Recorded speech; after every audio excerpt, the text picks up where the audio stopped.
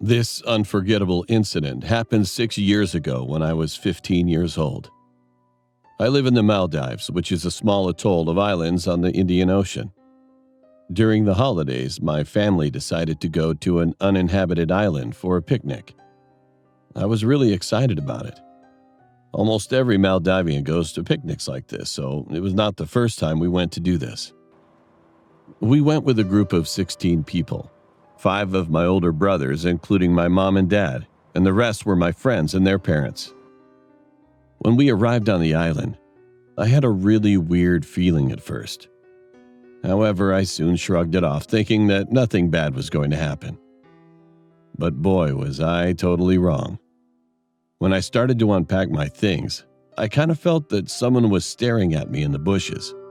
But there was no one there when I looked at it. At this point, it creeped me out a little bit, but I didn't tell anybody though, because I thought they would make fun of me and I didn't want that. A few hours later, my friends and I were playing beach volleyball at the seashore, and that's when my mom yelled at us to come and help her. But to our surprise, there was a lady who was covered in blood when we got there. On top of that, there were abandoned houses around the area.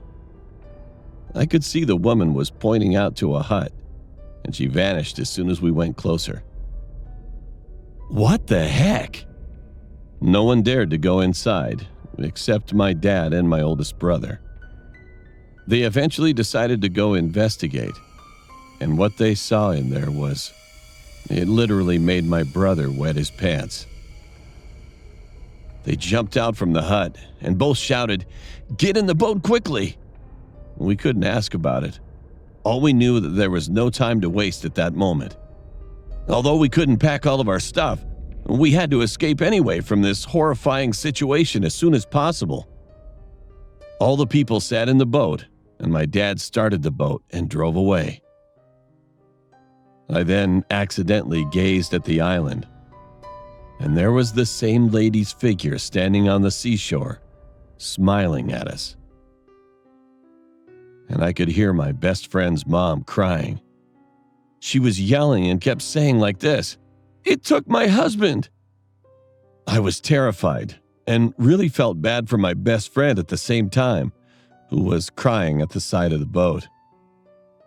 We finally got back to our island, and later that day, my dad and brother described what they had seen inside were as a demon-like figure, which had long claws, sharp horns, and bloody red eyes with a skinny body. After we reported to the authorities about the missing person, we also visited the church to see the priest. Father told us that we were really lucky that we got out of the devil's clutches, and he also said that it would have been fatal for everyone if we couldn't escape. A couple of weeks later, we got informed by the police that they had found 13 dead bodies from the island, including my best friend's dad. And to my surprise, they were found all skinned. From that day, I never go to any picnics on an uninhabited island. I don't want to know what's going on the island forever.